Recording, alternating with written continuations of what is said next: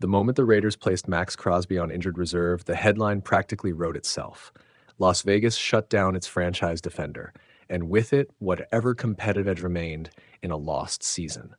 But beneath the surface, this decision says far more about the state of the Raiders than a simple injury update ever could. Maxx Crosby's season being over is not just about a knee. It's about identity, direction, and the uncomfortable intersection between player pride and organizational reality. Crosby didn't want this. That matters. By every public account, Crosby wanted to play. He wasn't chasing stats, incentives, or headlines. He was chasing relevance. He was chasing wins. And perhaps most importantly, he was chasing the standard he's tried to embody since he entered the league: relentless effort regardless of circumstance. When he said he didn't care about the number 1 overall pick, he wasn't being naive. He was being honest. Elite players don't operate in draft calculus. They operate in preparation, pain tolerance, and accountability. For Crosby, being told he wouldn't play wasn't just a medical decision, it was a philosophical one. That's why he left the facility. That reaction wasn't a tantrum. It was frustration from a competitor who knows his body is hurting but still believes he owes something to the locker room. Pete Carroll's response is telling. He didn't criticize Crosby. He didn't question his professionalism. He validated it. He agreed with him 1,000%. That alone speaks volumes. Because in today's NFL, when a coach openly sides with a player's emotional response to being shut down, it suggests the tension wasn't about behavior. It was about timing. The Raiders chose the long view. Crosby lives in the now. From a football standpoint, placing Crosby on IR is logical. He's 27. He's already a 5-time Pro Bowler. He is the cornerstone of the defense and arguably the face of the franchise. Risking further knee damage in meaningless games would be irresponsible. But football decisions don't exist in a vacuum. The Raiders are 2-13. The Giants are 2-13. This isn't just a bad matchup, it's a historically bad one.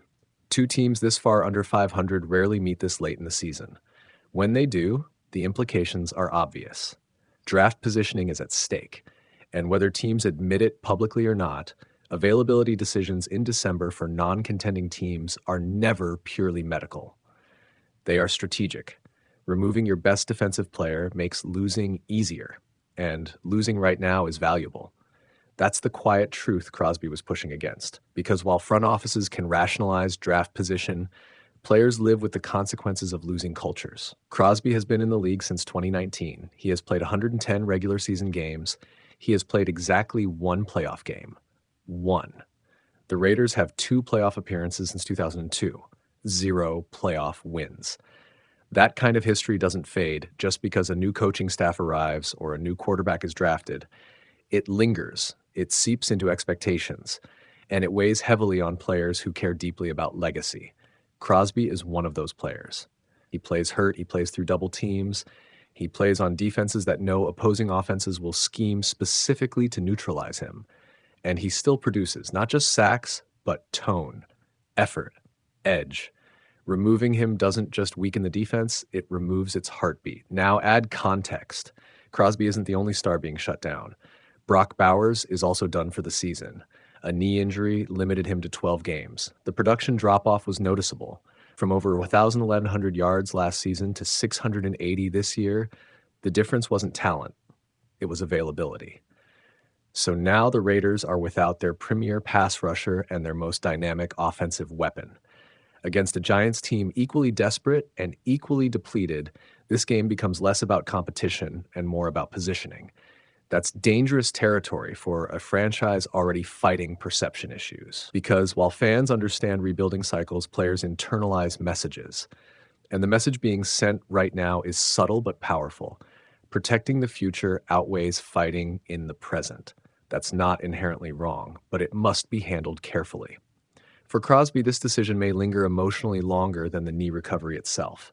He is wired differently. He measures seasons not by draft slots, but by Sundays played and battles fought. Telling a player like that to sit, even for good reason, can feel like a betrayal of values. The Raiders must manage that relationship thoughtfully. Crosby is under contract. He is a leader. He is respected across the league. But leadership doesn't mean emotional detachment. It means investment.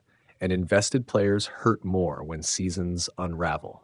From an organizational standpoint, the Raiders are staring at another reset moment. New quarterback questions loom. Roster evaluation is underway. Coaching continuity is still uncertain. And now, once again, the season ends not with hope, but with preservation. That cycle is exhausting. The irony is that Crosby shutting down may help the Raiders land a franchise-altering draft pick, possibly a quarterback who could change everything. But Crosby doesn't benefit from that immediately. His prime doesn't pause for rebuilds.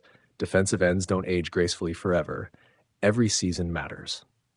That's why his comments earlier in the week resonate so strongly. He wasn't being dismissive of the future. He was demanding accountability in the present. He was reminding everyone that draft picks don't win games. Players do. And players need to believe the organization shares their urgency. This situation underscores a broader truth about rebuilding teams. The hardest part isn't acquiring talent, it's maintaining belief while losing. Crosby represents belief.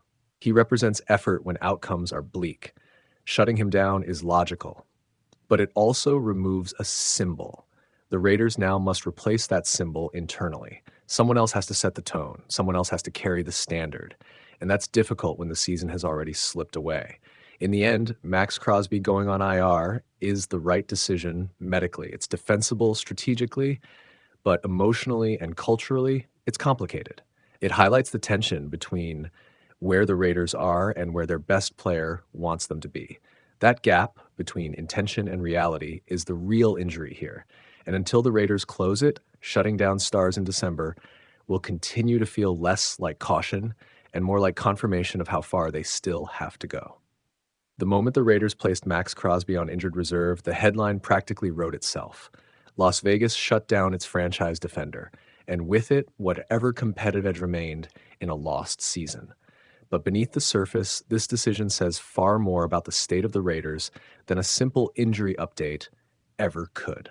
Maxx Crosby's season being over is not just about a knee. It's about identity, direction, and the uncomfortable intersection between player pride and organizational reality. Crosby didn't want this. That matters. By every public account, Crosby wanted to play. He wasn't chasing stats, incentives, or headlines. He was chasing relevance. He was chasing wins. And perhaps most importantly, he was chasing the standard he's tried to embody since he entered the league. Relentless effort regardless of circumstance. When he said he didn't care about the number 1 overall pick, he wasn't being naive. He was being honest. Elite players don't operate in draft calculus. They operate in preparation, pain tolerance, and accountability. For Crosby,